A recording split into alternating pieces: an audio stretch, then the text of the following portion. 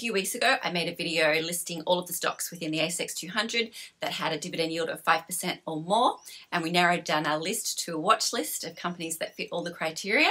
So now it's time to go in and do some extra research on those companies so we can choose the best companies to invest in. Let's make this super simple and easy. It doesn't need to be complicated, although it's going to be a little different this time. Last time we were looking mainly at the figures, about just bringing in the numbers. This time we're going to have to do a little bit of critical thinking as well as looking at graphs and the financials. So what we're mainly looking for, we're looking for a strong, healthy company, a company that pays stable dividends that are growing over time. We're looking for a company that has good growth prospects and just one that we can see hanging around for the long term. You can start with any list of companies that you might have that you found maybe online, or you've done your own research and you've narrowed down a list of companies that you want to invest in further. I'm going to use the companies that I came up with in my previous video of the ASX 200 companies that had a 5% dividend yield or more. So I'll be using those companies, but you can use any list of companies that you have that you're interested in finding and doing some more research on. Now, this isn't going to be a video just choosing the most highest yield companies, because that would be too simplified, and we need to know a little bit more about the company. We need to know how stable it is, what its growth prospects are. If we're going to invest for the dividend, we've got to make sure that that dividend is growing over time, but also there's company growth as well, because nobody wants to invest in a high yield dividend company if the stock price is keeping going down. That's not a stable company. Now I'm going to go jump into the computer in just a minute, and you can follow along as I go through what I'm looking for. But just, we need to apply a little bit of common sense. We need to know the company that we're investing in. It doesn't mean you have to know the ins and outs of the workings of the company. You just have to know the overall, what they do. Are they a mining company, a retail company? So that you can start thinking about what their likely future prospects are going to be. Can you see them still doing really well in, say, 5-10 years time, things like that. So a lot of this is going to be thinking about how you think the future of the company is going to go, which you can't see on any spreadsheet. It's just going to take a little bit of common sense thinking. But let's jump into the computer now. I'll go through the list and just overview of what I'm looking for. And usually with me, I'm not putting figures in this time except for debt to equity. I'm usually just putting a yes, no, or I don't know into the fields. So let's go and have a look, and you can follow along. Here is my list of the ASX 200 stocks that had a 5% dividend yield or more that we worked out last time.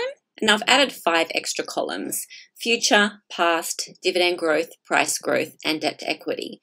The only one that we'll be really putting figures into is debt to equity. I will only invest in a company if the debt to equity is 80% or less. Some people go as low as 70% or less. It just means that the company has not taken on that much debt to fund its business practices. But the others, future, past, dividend growth, and price growth, usually I just put a yes or a no or an I don't know if I don't know. So these are in alphabetical order. So I'm going to start at the top. We'll look at the Abacus property group first. So we're in ComSec now, and the first thing I'm just going to look at is read the summary of what Abacus actually is. And we know it's a property group, and they specialize in commercial property markets, so office, retail, and industrial. Now over here we have the debt to equity, which doesn't have a figure here. You'll find that most groups or trusts, anything that holds a lot of stock or a lot of companies within the trust or the group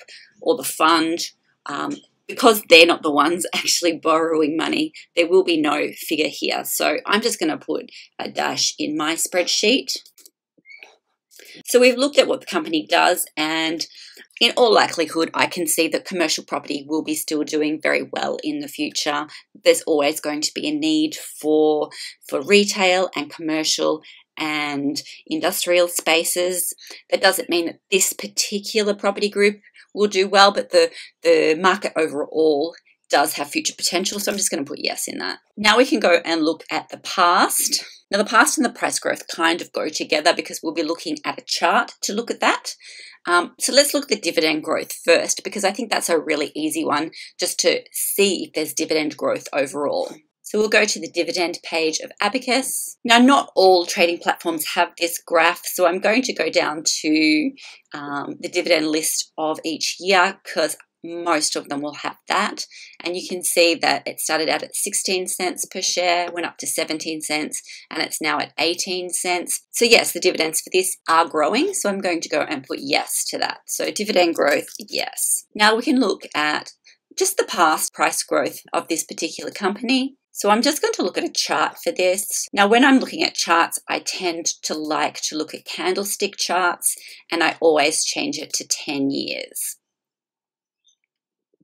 Now, as we can see, in the past, this company has risen quite well. The growth has been great. So past is a yes for me.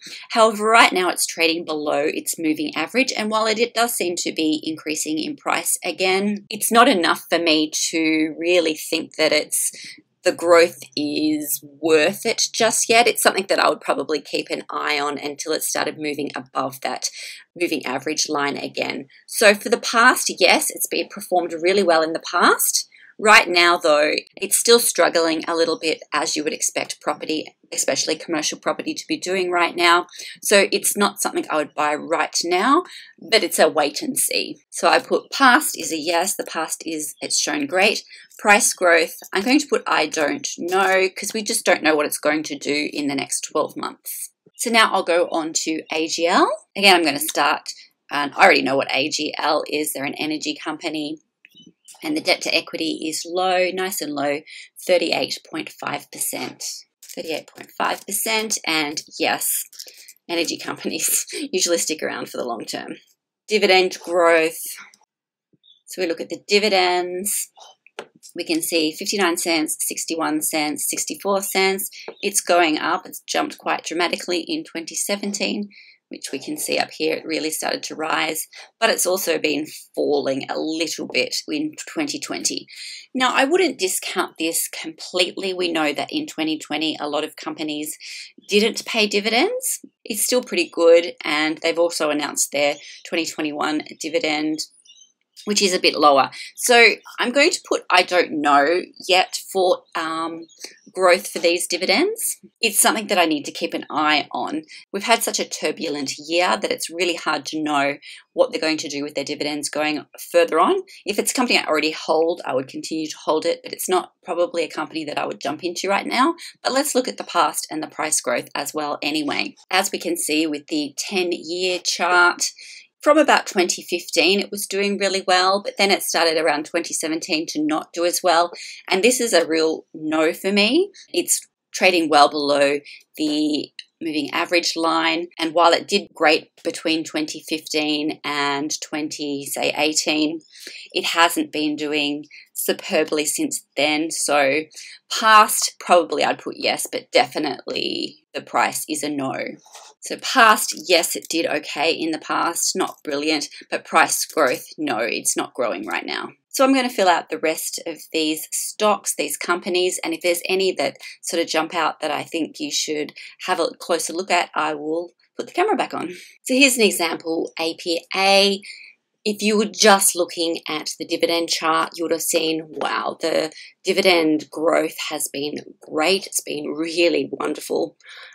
Very good growth, dividend growth, and you could, if you wanted to, buy on that.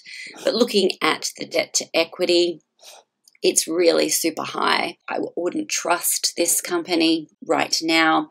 And if we look at the chart, while it's done really well in the past, it's dipping a little bit right now, but that could be just a small glitch. We don't know that yet. That's why I've put I don't know. But it's just that debt to equity that's really worrying me, and it's not a company that I would invest in right now. I thought I'd just bring up Rio Tinto since I was doing the research. Even though they were pretty stagnant up until 2016, since 2016, and even recently, the stock price has been doing really well. If we go into dividends, we can see that they've been steadily growing and growing really well, apart from 2020, which I'll give them a miss for that.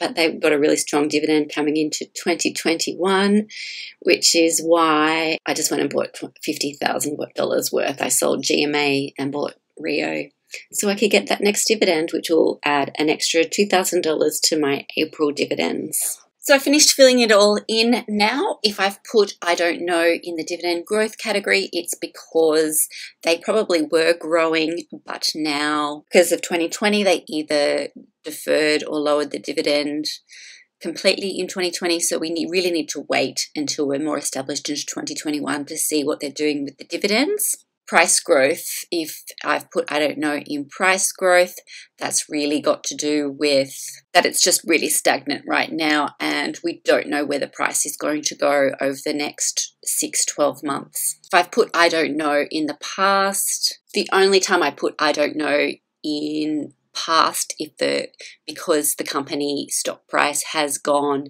up and down completely, like it hasn't really grown. There has been rises, but there's also been falls. So it hasn't fallen, but it's really done nothing. I'll show you a rise and what I mean by that.